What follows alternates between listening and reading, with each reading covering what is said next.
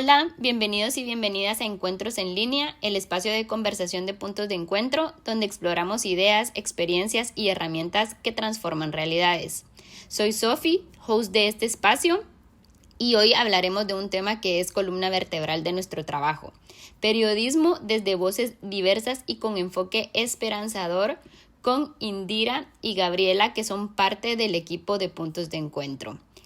¿Quiénes cuentan las historias que escuchamos? ¿Qué pasa cuando esas voces no representan a todas las personas? Y sobre todo, ¿cómo hacemos periodismo que no solo muestre la realidad, sino que abra caminos, inspire y acompañe procesos de cambio?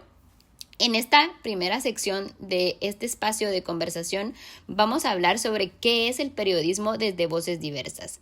Y hablar de periodismo desde voces diversas es reconocer que la verdad es compleja y que solo se vuelve más completa cuando se cuentan historias desde distintas miradas, experiencias y contextos.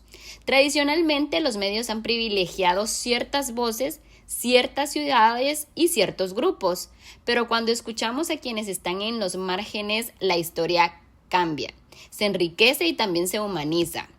Así que a las invitadas, para ustedes que trabajan desde esa perspectiva inclusiva, ¿qué significa crear periodismo desde voces diversas y cómo se diferencia del modelo tradicional de medios? No sé si quiere empezar Indira y luego nos comenta Gaby un poco su perspectiva. Hola Sofi, gracias por el espacio y por compartir un poco de lo que hacemos. Primero comentarles que desde Miradas Moradas hemos tenido siempre un enfoque de derechos humanos y feminismo. Entonces, para nosotros crear periodismo de voces diversas y cómo se diferencia del modelo tradicional es poder llevar en nuestra plataforma aquellas voces que normalmente desde ciertos espacios tradicionales no hay espacio para esas voces. Entonces, desde los márgenes sociales existen cosas que no se cuentan, historias que no se cuentan, cosas que no se dicen.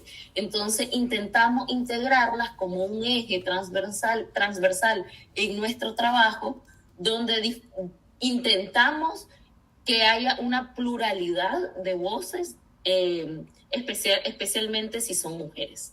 Gaby. Gracias. Sí, creo que también es importante reconocer que las experiencias humanas son diversas, ¿no? Y no es tanto otorgarles voz, sino espacios para que las personas puedan expresarse, construir contenido y compartir desde sus propias experiencias. Y como ya comentaba Indira, a nosotras en Miradas Moradas nos interesa visibilizar sobre todo a personas activistas, feministas y personas de la disidencia sexual que día a día buscan construir y transformar sus realidades desde un enfoque de propuesta, sí, sin perder la denuncia, pero también compartiendo desde sus visiones de mundo cómo las personas están creando, cuestionando las violencias, la discriminación que enfrentan día a día, y esta manera en que han construido propuestas contra esa violencia y esa discriminación, ¿no?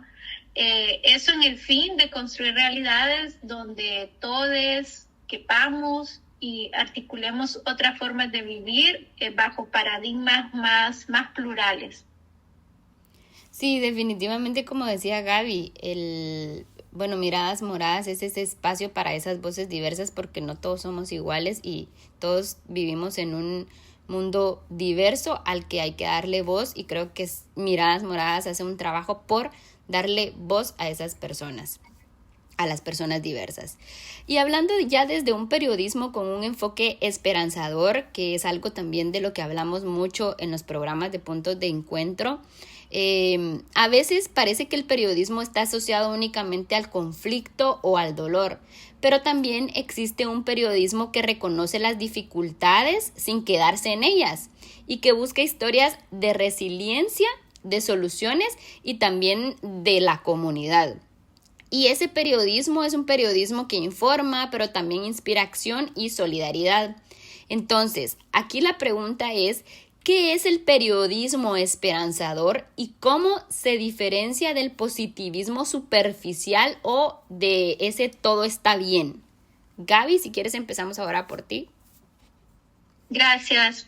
Bueno, mira, yo entiendo que el periodismo esperanzador es una contrapropuesta justamente, ¿verdad?, al periodismo tradicional que se centra en proyectar historias centradas en la tragedia o visibilizar los conflictos. La intención de este periodismo que se ubica desde la esperanza o promueve dar soluciones es informar, sí, con profundidad, reconocer el dolor y otras experiencias humanas, pero no explotarlas, ¿verdad? Es decir, no verlas desde este enfoque del morbo.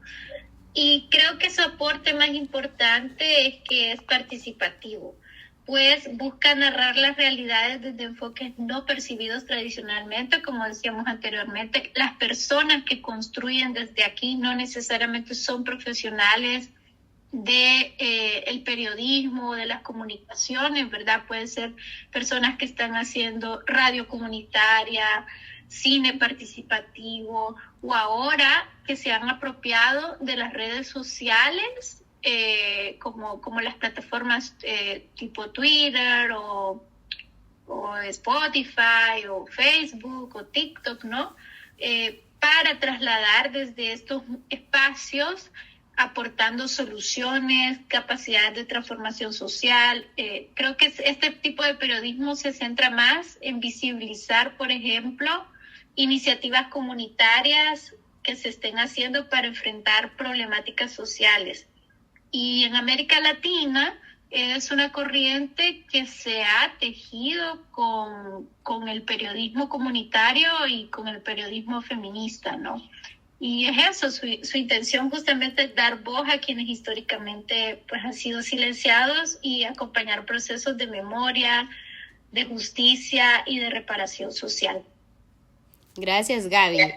Ahora, Indira, para ti, retomando otra vez la pregunta, ¿qué es el periodismo esperanzador ya desde tu perspectiva y cómo se diferencia del positivismo superficial o del todo está bien?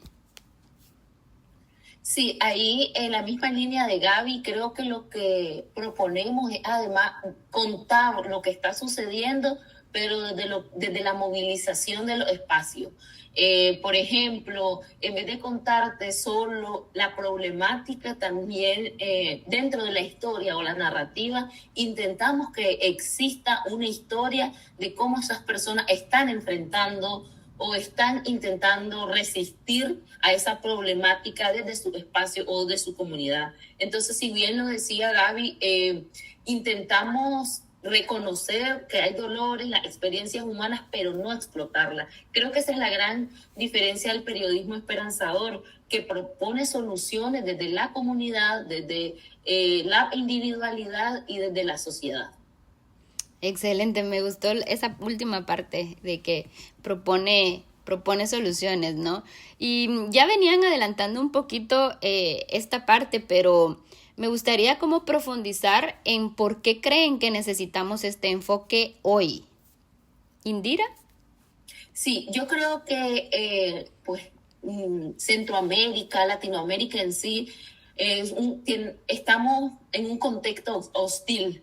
Entonces, el poder reconocer la esperanza como una emoción movilizadora es lo que nos puede llevar a cambio a futuro. Entonces, contar con esta herramienta o este enfoque para narrar lo que estamos pasando es justo eso, intentar o ver que existen otras maneras posibles primero de narrarnos y de contarnos, y también reconocer que estamos haciendo o cómo tenemos esa posibilidad de agenciarnos para realizar cambios transformadores en los espacios que estamos pidiendo soluciones. Sí, y es bien importante también por las mismas razones que tú lo dices, darle ese enfoque esperanzador y no de decir todo está bien, sino de visibilizar y también de contar que hay esperanza y también historias de resiliencia. Gaby, ¿tú qué opinas en por qué necesitamos este enfoque esperanzador hoy? Creo que en este mundo, ¿no?, tan mediatizado en el cual vivimos actualmente, que imperan narrativas cada vez más funestas, más violentas. Hay mucha sobreexposición a estas narrativas centradas en visibilizar la violencia, la destrucción de la otredad humana, ¿no?, la persecución de migrantes, por ejemplo. Este tipo de narrativas que son tan constantes pueden provocar sentimientos de desesperanza, apatía, o incluso llegar a insensibilizar a las personas, ¿no? Podemos pensar, por ejemplo, en este último suceso mundial que ha ocurrido y que ha sido sumamente mediatizado, ¿verdad? El tema de Gaza, el genocidio en Gaza.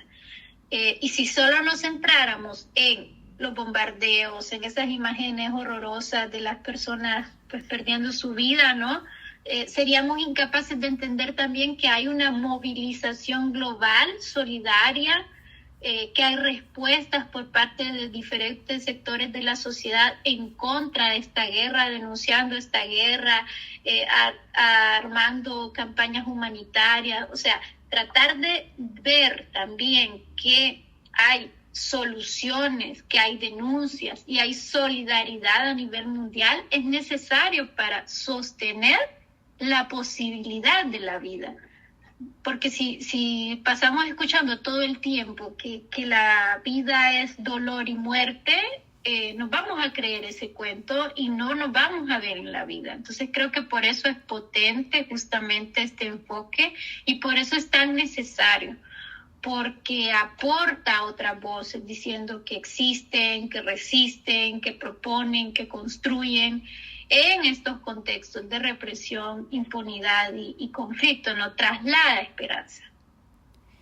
Y partiendo, digamos, de esos contextos de la realidad, de conflicto, de lo que se vive en el mundo, y también desde ese enfoque esperanzador, las historias reales son importantes. Hay algo transformador en escuchar una historia real, contada por quien la vivió.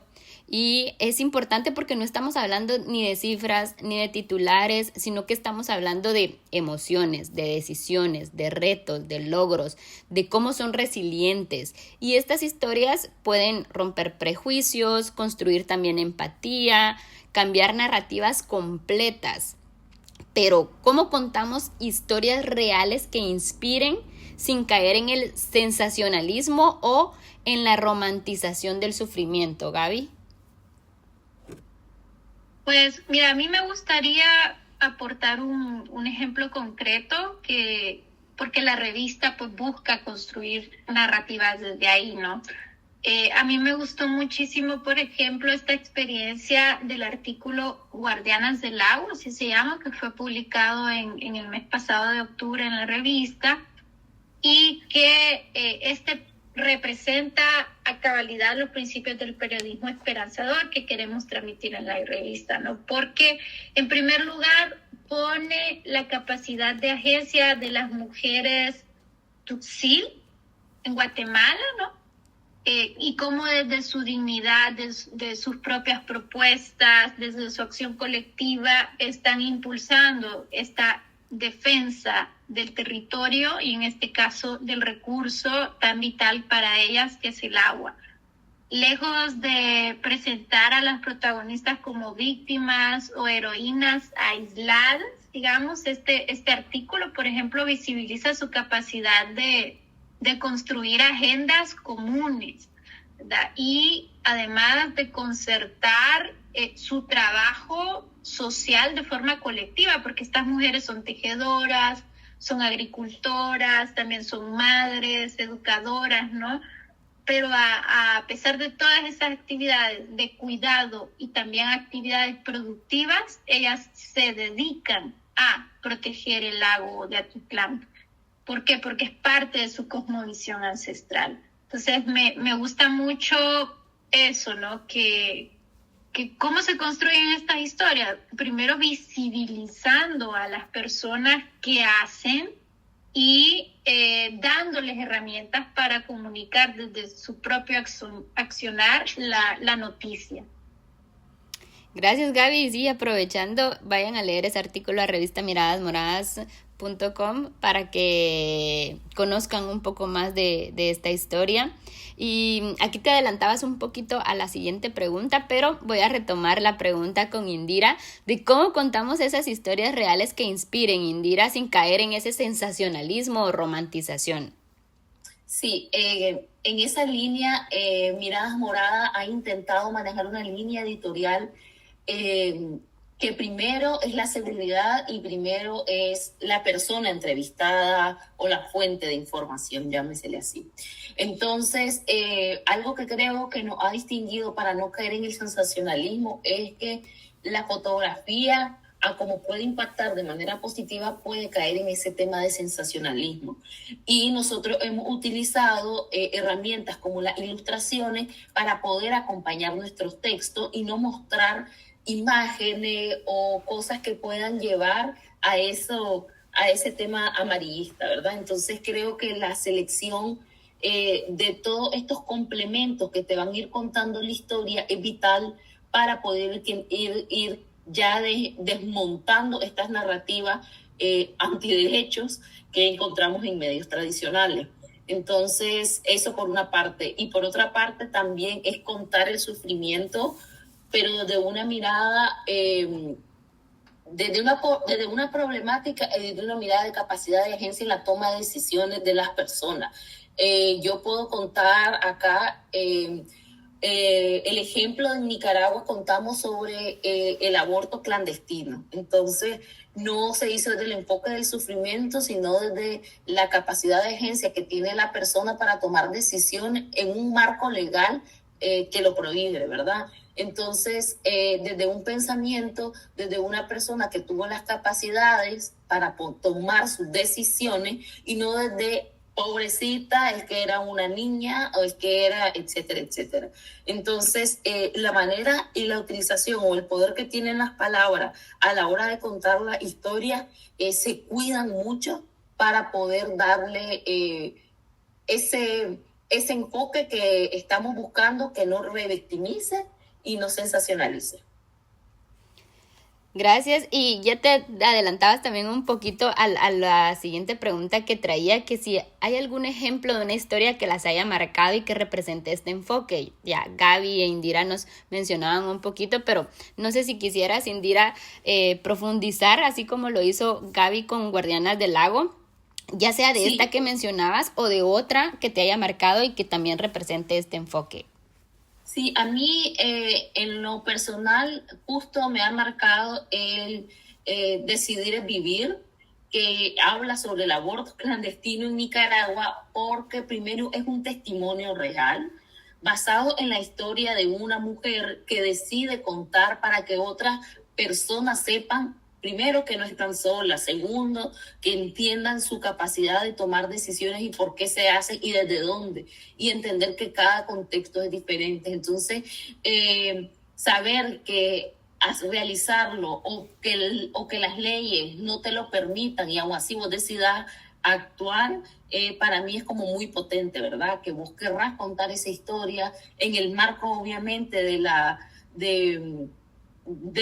resguardar su información personal, pero también puedo rescatar otra historia. Por ejemplo, las compañeras de Honduras que abrieron la primera cooperativa donde para aglutinarse como trabajadoras domésticas o trabajadoras del hogar. En Centroamérica hemos notado o hemos conocido en primera persona que las personas que ofrecen su trabajo para cuidadoras dentro de los hogares, pues normalmente no cuentan con un seguro social, no cuentan con ciertos derechos que normalmente estipulan las leyes. Entonces, la capacidad de agenciarse, la capacidad de unirse para defender sus derechos, para mí también es muy movilizador y muy potente, que también les invito a que lo lean, porque es la primera cooperativa que se crea en Honduras, donde las personas del trabajo de cuidado y doméstico se unifican para defender sus derechos laborales. Sí, la verdad es que las dos son excelentes referencias porque la de Gaby y la que Indira nos comparten son una buena referencia a este enfoque esperanzador. Son muy buenas producciones, así que así, al igual que Indira, lo refuerzo para que vayan y las conozcan estas historias. Así que gracias por haber compartido esto. Y bueno, hoy exploramos entonces cómo el periodismo puede convertirse en un espacio donde caben muchas voces, muchas miradas y sobre todo mucha esperanza. También entendimos que contar historias no es solo describir la realidad, es también imaginar futuros posibles y tender puentes hacia ellos. Gracias por acompañarnos, Gaby e Indira. Gracias por el trabajo que hacen en Miradas Moradas en este encuentro que nos recuerda que informar también puede ser un acto de cuidado, de comunidad y de transformación. Otra vez, gracias por habernos acompañado en este segundo episodio, a quienes llegaron hasta aquí y a quienes están escuchando. Si te gustó, compártelo, suscríbete y cuéntanos en redes qué historias, causas o experiencias te gustaría que abordemos en próximos encuentros. Yo soy Sofi, esto fue Encuentros en Línea y nos escuchamos pronto. Hasta entonces, seguimos comunicando para transformar.